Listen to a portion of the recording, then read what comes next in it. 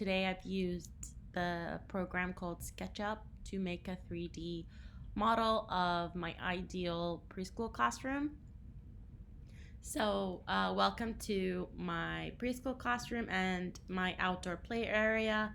It's carefully designed to meet the development needs of young children, so ages 2.5 to 4 years old. Preschool. This space is more than just a physical environment. It's a carefully crafted learning center where children can explore, play, and grow. So let's take a look at the closer different areas in the classroom and how each space is designed to promote the four foundations of how does learning happen, which are engagement, belonging, expression, and well-being. So here, as soon as we enter through the door, I actually had written here the curious cubbies,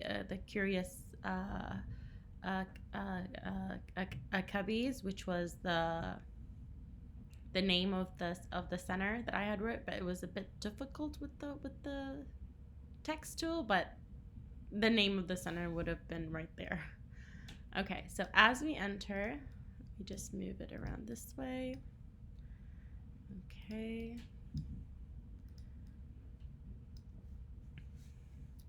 So as we enter here, we have our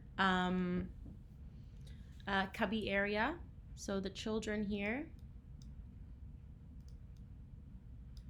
would have their cubbies. Here they have three, so they have a compartment here. They can put their shoes down there, and inside would be the hangers to hang their clothes or jackets or sweaters.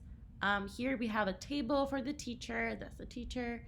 For the teachers, where they can have their logbooks, their sign-in and sign-out sheets, anything that we need as we sign the children in and out. Here we have the recycle, garbage, and a compost bin. It's important also at this age that we teach them that not everything is just garbage. We also have recycling and what goes in which bin.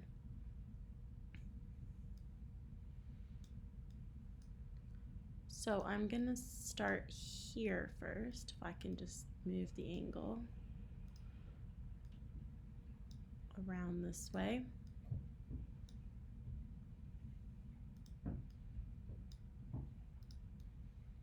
Just right there.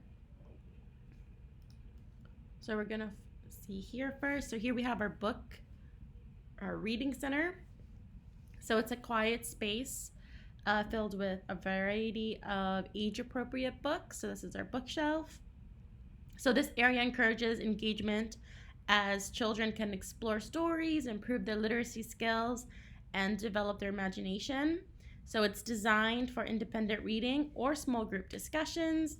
It helps children feel a sense of belonging as they engage in shared learning moments with their peers. And we have some comfy sofas and some nice drawings around, and we have some storage space here, a rug.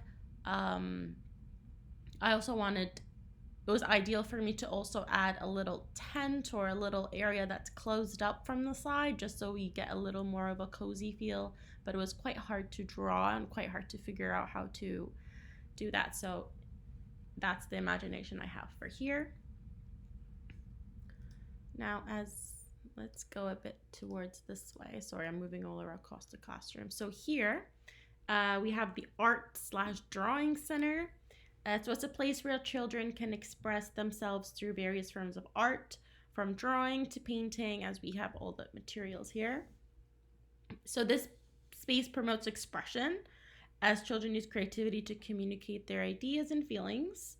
And art fosters a strong sense of belonging as well. So as children work together, sharing supplies and collaborating on projects, building social skills along the way. Now, if we move this way, let's turn the camera here.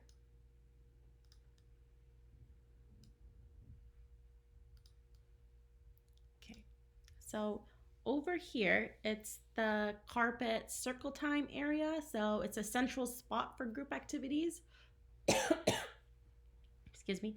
This is where we gather for discussion, story time, and group learning experiences. So it's designed to promote engagement and well-being. It creates an inclusive environment where every child's voice can be heard as well. It also fosters a sense of belonging as children feel part of a group and a community. So this helps develop their social and emotional skills. Also, it was very ideal for me that at the top here, if there was a ceiling, up here is where I would have hung our family tree. So it would basically be a branch, even if we got it from the outside garden. So a huge branch, and then from that branch we can decorate it and we can hang all our family pictures on it. Over here we have three sets of tables and chairs. And this is where a lot of group activities happen. So like puzzles, counting games, even crafts. So whatever the activities are that the teacher provides. So it encourages fine motor skills and cognitive development. It promotes engagement in learning. It's an opportunity for children to work individually or in pairs. It enhances both their problem solving abilities and their sense of belonging within the classroom. And it's also, of course, where they eat and have their snack. Okay, and if you look over here, so over here we have the block center, a place where children can build, create, and explore different structures with blocks. This area promotes engagement through hands-on play and problem solving. It also supports expression as children bring their ideas to life, and belonging as they often collaborate with peers to create larger projects together. So this would be filled with lots of different blocks, different types of blocks, train tracks. So it's a lot of cognitive going on here. Over here we have our turf tray and our sensory table. So these is for like tactile exploration. So these stations are great for sensory play. Well, children can touch, feel, and manipulate different materials. Sensory activities support well-being. It allows children to explore textures and calm their minds. It also helps children engage with their environment, fosters curiosity as well, and a deep connection to the world around them. And over here, we have our sink area, some storage. Here's also some storage specifically for the educators to use, and it's ideal that that these sensory bins are next to the sink, so it's easier to clean up rather than it being across the room. Let's turn the camera here now. All right, so our kitchen center, so this is a play area for the kitchen, pretend play kitchen, allows children to engage in pretend play. So they can take on roles of a chef, servers, customers. The station, it promotes engagement and expression. So they use their imagination and social skills to act out real-world scenarios. It also fosters a sense of belonging as they work together. They learn to share and they learn to engage in cooperative play. And here would be filled with toys that are related to this area. Also here, all these storage over here as well. And here we have two hangers, and these would be filled with costumes, different types of roles, like a doctor costume, a firefighter, animal costumes, things like that. And here we have a fish tank. Personally, we have a fish tank in our classroom, and I feel like it's such a good idea. So it's a very calming feature in the classroom, and children can like sit and observe or stand and observe, and they learn about nature. It also provides a bit of a quiet space for children to focus on. It helps with well-being, and watching the fish swim also encourages curiosity, encourages engagement, and an appreciation for the environment as well. Okay.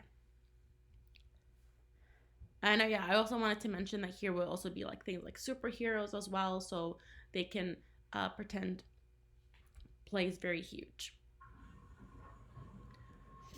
And over here is where their so this is where their beds would be, their cots, and that's the cot storage as well. And obviously during nap time it would be spread out across the room.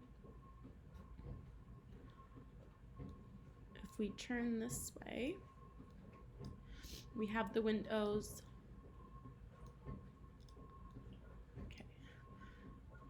Okay, so over here, and that's door to go to it. We have our sink, we have our bathroom. So this is the washroom area. Let's see if I can get to the other side as well. Maybe that way.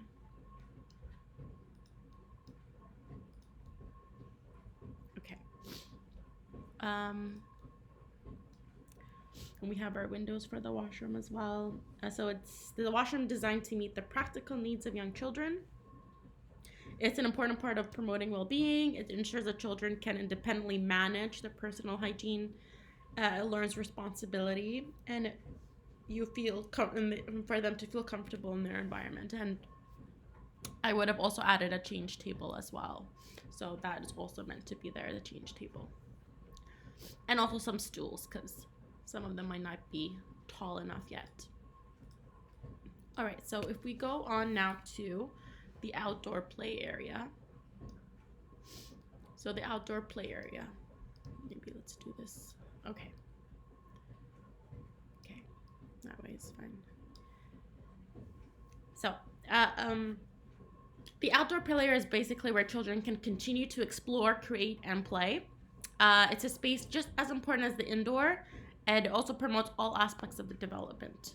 So I've brought out the tough tray and the sensory table to continue the sensory exploration in nature. Children can engage with outdoor materials, encouraging engagement and well-being by connecting with the natural world. So we have these for indoor, but it's a great idea to have them also for outdoor. And children love sensory, and they love turf trays, and they love the sensory table, and you can incorporate lots of nature and natural materials in them. The sandbox. So here we've got a large sandbox. We know kids love sands. So it's a very tactile and imaginative play. They can dig, they can build, they can explore. It promotes engagement, it promotes expression. It's a perfect space for both individual and group play as well. And it promotes creativity and collaboration. Next, we have our playground, which is here. It's designed with plenty of opportunities for gross motor development. We have climbing structures, we have slides, it supports physical activity, promotes well-being. It helps by helping children develop strength, coordination, and confidence in their bodies. Lots of movements. Here we have a little hopscotch. That's fun. They love to jump around and count the numbers, and there's a little math going on here as well. They love their little tight cars, bicycles, tricycles. Here's the shed where we have a lot of different materials. Also, it would include hula hoops. If there is snow, it would have sleds. It would have shovels. It would have rakes. All sorts of other outdoor equipment would be stored in there. Over here we have, I really wanted to incorporate more of the art outside. So we have some tables and chairs. We have some easels. I would even include some canvases. And these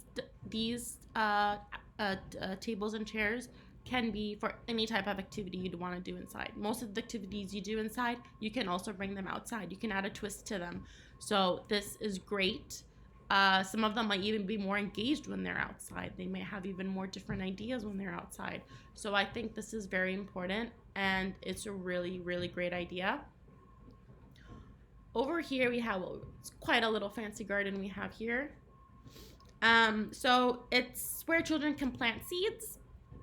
They can water plants. It teaches them responsibility to look to look for something, to watch for it grow. So this outdoor learning station promotes engagement with nature and encourages environmental stewardship. It fosters a sense of belonging as children take responsibility for caring for the garden together. And then they can watch their little vegetables grow. Even if they grow a little pepper, after a few weeks and a few months, they can learn about science, and they can learn like how things grow, and if you take care of them, and it teaches responsibility. It's beautiful, it's calming. They can sit outside. There's a little calming. I wanted to add some sofas, like outdoor sofas, and like a quiet area basically, because there's a lot going on over there. So this over here is a little quiet area. So together these spaces, let me try to zoom out. Okay, zoom out more.